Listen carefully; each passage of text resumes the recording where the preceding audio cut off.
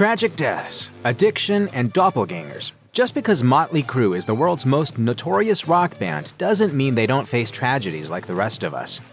Hanoi Rocks was a Finnish glam rock band that crossed paths with Mötley Crüe on several occasions. In 1984, when they were in Los Angeles as part of their first North American tour, most of the Hanoi Rocks members were partying with Mötley Crüe at singer Vince Neil's home. When Neil decided to take Hanoi Rocks drummer Razzle on a liquor run, the very drunk Neil crashed into two other cars in a massive wreck. Neil survived with only minor injuries, but Razzle was killed instantly. 24-year-old Vincent Neil Wharton will surrender himself at the Gardena City Jail on July 14th. Neil was let off with what many thought was a slap on the wrist, paying $2.6 million to those he injured in the crash, carrying out 200 hours of community service, and taking courses on the risks of substance abuse. But the tragedy did little to dissuade Neil from drinking. He told Louder, "I tried to straighten out for a while afterwards, but then I got back into the same old motions that I was doing before. The band was never supportive of me not drinking and doing drugs. They wanted me to do it, so it happened. I couldn't get out of it."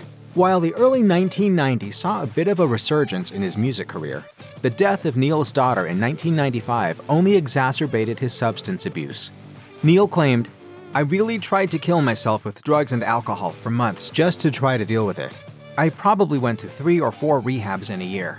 Neil's struggles with addiction continued well into the 2000s, and in 2011, he pled guilty to drunk driving in Las Vegas, resulting in a 15-day jail stay and a 15-day house arrest. Vince Neil's professional career had hit a slump in the early 1990s.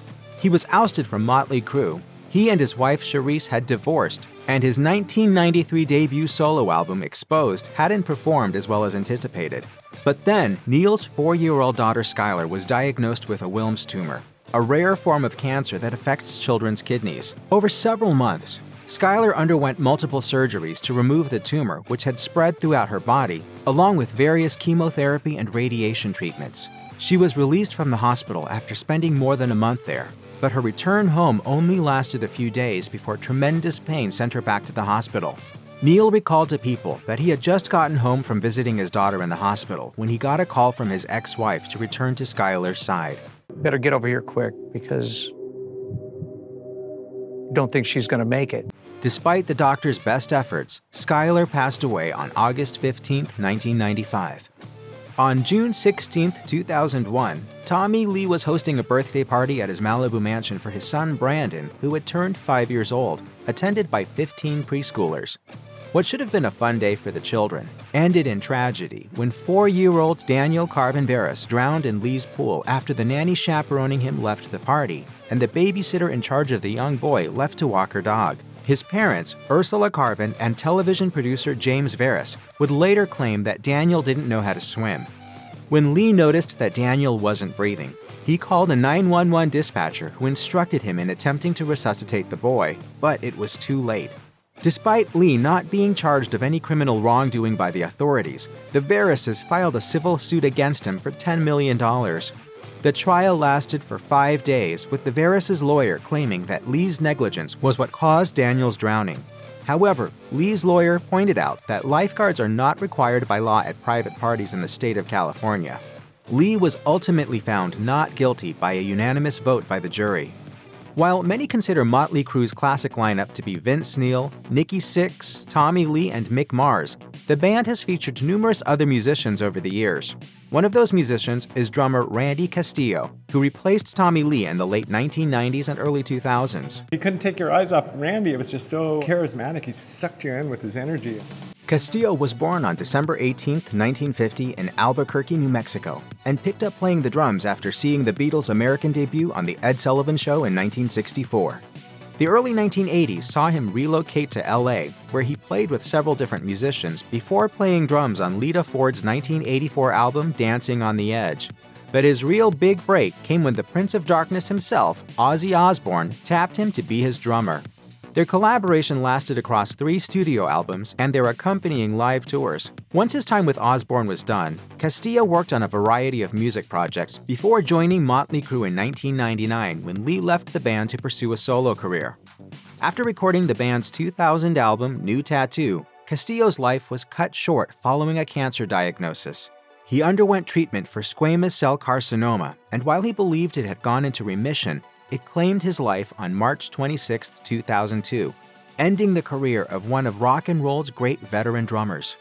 The untimely death of Hanoi Rock's Razzle did little to shake the members of Mötley Crüe from their hard-partying lifestyle, and it wouldn't be long until that lifestyle nearly claimed another life.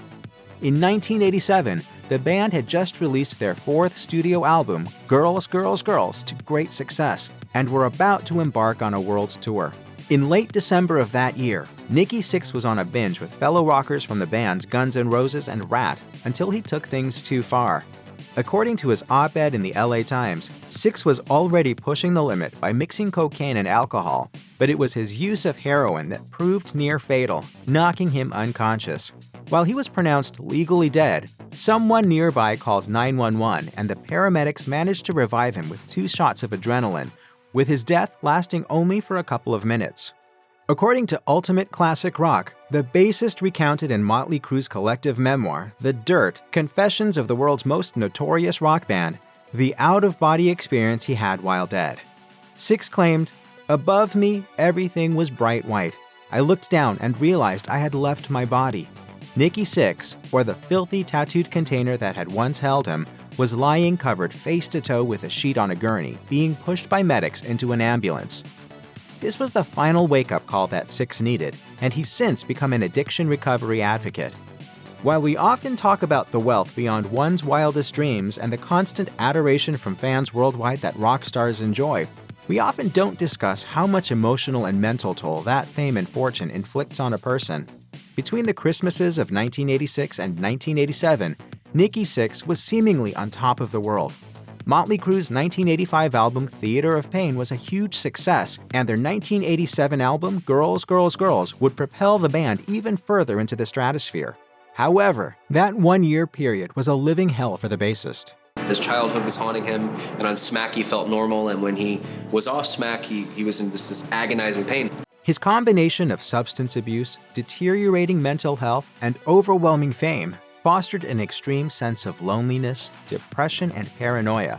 His sobering 2007 memoir, The Heroin Diaries, A Year in the Life of a Shattered Rock Star, largely consists of journal entries detailing numerous days spent in his closet in a drug-fueled mania, naked and wielding a shotgun, believing that the police were going to burst in at any moment. In his April 9, 1987 entry, Sixx wrote, "I can't control my moods. I feel like I'm coming apart at the seams, even when I'm not on drugs. If only they knew." Sixx later claimed to Gigwise, "When I think back on all those years of living that I missed, all the experiences that got canceled because I was shooting up in my closet, hiding, thinking nobody understands, maybe I was right. Most people back then probably wouldn't understand." Sixx has since made it his mission to raise awareness about mental health. According to Rolling Stone, Sixx even called out Kiss bassist Gene Simmons, who suggested that those people suffering from depression should simply commit suicide. On his Sixth Sense radio show, Sixx claimed, "For people who are depressed, there is a way out. There are many, many ways out. And I don't want people to listen to an interview from a rock star who's telling you the only way out is out." Tommy Lee's experience with Mötley Crüe was tumultuous, but his family life was just as turbulent. Early in his marriage with Pamela Anderson, their sex tape was infamously stolen and released to the public.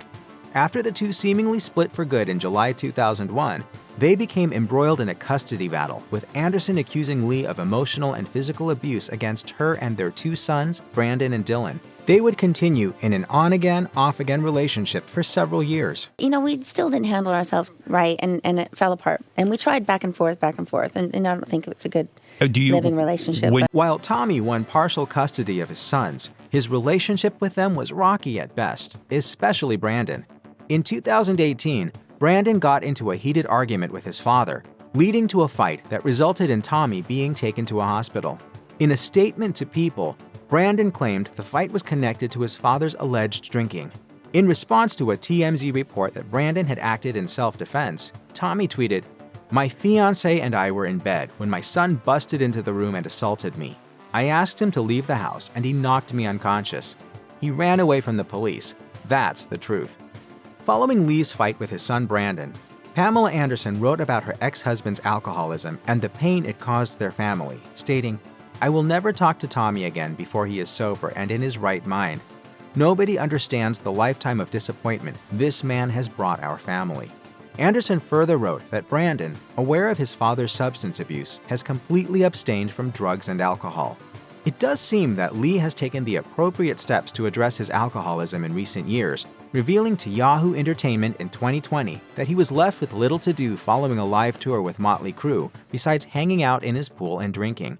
Lee's fourth wife, Brittany Furlan, became worried about his growing alcohol use and expressed her fear for his life, with Lee claiming, "She was like, 'Baby, I don't think I've ever even seen anybody drink that much. Am I going to wake up to like you not breathing?'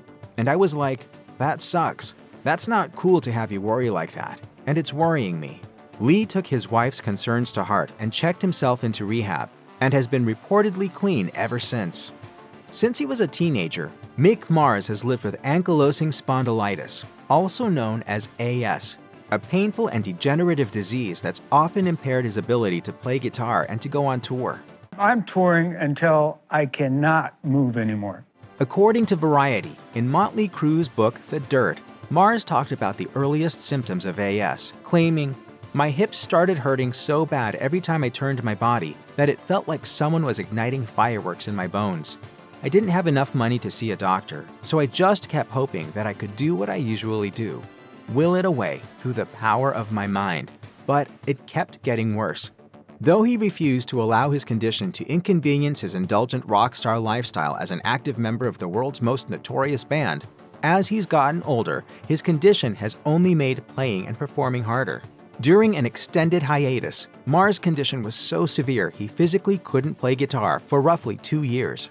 While a subsequent hip surgery helped him recover enough to tour with the band, he officially announced in 2022 that he would no longer be performing live with Mötley Crüe. It was revealed soon after that touring duties would be handled by guitarist John Five, who had gained fame for playing with music acts like David Lee Roth, Marilyn Manson, and Rob Zombie. There's no shortage of ugly drama in rock and roll, and Mötley Crüe is no exception. In response to Mars' statement in October of 2022 announcing that he wouldn't join the band on future tours, Mötley Crüe released their own statement announcing that he had retired completely. In response, Mars filed a lawsuit against his former bandmates, claiming that they've been trying to force him out for some time. Mötley Crüe denied these allegations, asserting that because Mars retired from touring, he effectively left the band. They also accused Mars of failing to perform at the quality expected of him, claiming that they've done everything they could to hide his dwindling guitar playing from the public. Mötley Crüe's litigation attorney released a statement to Variety saying that the band offered Mick a generous compensation package to honor his career with the band. Manipulated by his manager and lawyer, Mick refused and chose to file this ugly public lawsuit. Matthew John Tripp is one of the more bizarre and tragic characters to orbit Mötley Crüe. Before he made his way to Los Angeles to become a rock star, he was a young troublemaker who got kicked out of multiple schools and ran away from multiple halfway houses. But what makes Tripp's story so unique is that he claimed he was Nikki Sixx. Throughout the 1980s, Tripp spread the story that after Sixx injured his shoulder in a car accident, Mötley Crüe needed a bassist. So Tripp claimed the band recruited him to take over bass and writing duties on several songs that appeared on their album Shout at the Devil, and even participated in the accompanying tour. However, when the tour concluded, Tripp asserted that he was told that Sixx was returning to the band, and he was ousted from the group. Refusing to back down from his claims, Tripp sued Mötley Crüe manager Doc McGee in the late 1980s, claiming that he was an official member of the band and that they used songs that he wrote. The lawsuit was ultimately dropped in 1993, and Tripp largely faded back into obscurity. However, he never stopped telling anyone who'd listen that for a brief period, he was Nikki Sixx of Mötley Crüe. He died on December 1st, 2014, taking one of rock and roll's weirdest legacies with him. If you or anyone you know is struggling with addiction issues, help is available. Visit the Substance Abuse and Mental Health Services Administration website or contact SAMHSA's National Helpline at 1-800-662-HELP 4357.